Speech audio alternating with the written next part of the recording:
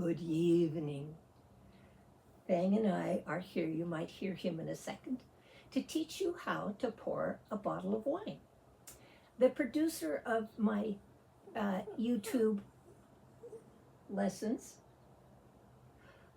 said, "You mean you don't know how to pour a bottle of wine?" Here, Fang. And I said, "No, not after 2 glasses.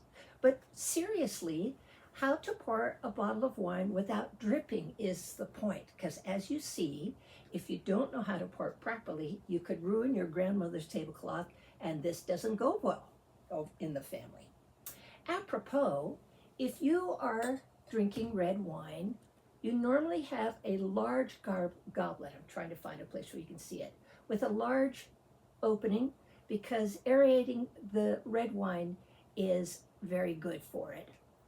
And if you have a white wine, you have a much smaller bowl. This is an extreme example of a champagne flute, and the opening is smaller, and the bowl is also smaller, and you're required to hold by the stem, because if you hold a glass by the bowl, it will heat up your wine. So with red wine, if you hold your glass like this, that's okay. But with white wine, you'll be warming up your wine, and that might not be such a thrill. So we'll just put that aside. And I'm going to show you, with some very thick salad dressing, how to pour.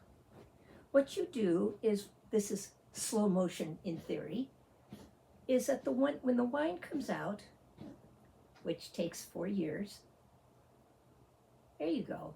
It'll come out, and then when you're done, you turn the bottle while it's pouring and lift it up at the same time so that there is no drip going down the bottle. This is how you avoid these little stains. So I'll show you with this bottle that you pour into the bottom however much you want.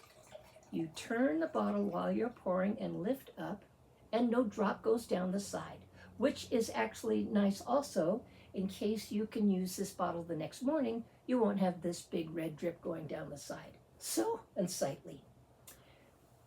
As you can tell, I'm all dressed for a formal evening. I love getting dressed up and having formal evenings. It's not everybody's shtick, but I have friends who enjoy it too. So this is particularly important to keep the formality going. There's also, for those of you who have trouble with pouring the wine this way, something called a wine coaster. You just put that in the middle of the table and put that inside, and everything will be caught that way, and your tablecloth will be saved for future generations. So with that, thank you very much for joining me this evening. I love your company, and thank you to those who are subscribing. My producer said, "Keep them coming, kid." So I'm doing it as best I can, and thank you. Please pass the word. And with that, enchanté, or salut, skål. I don't know if I'm santé, but suffice to say, I'm tasting this.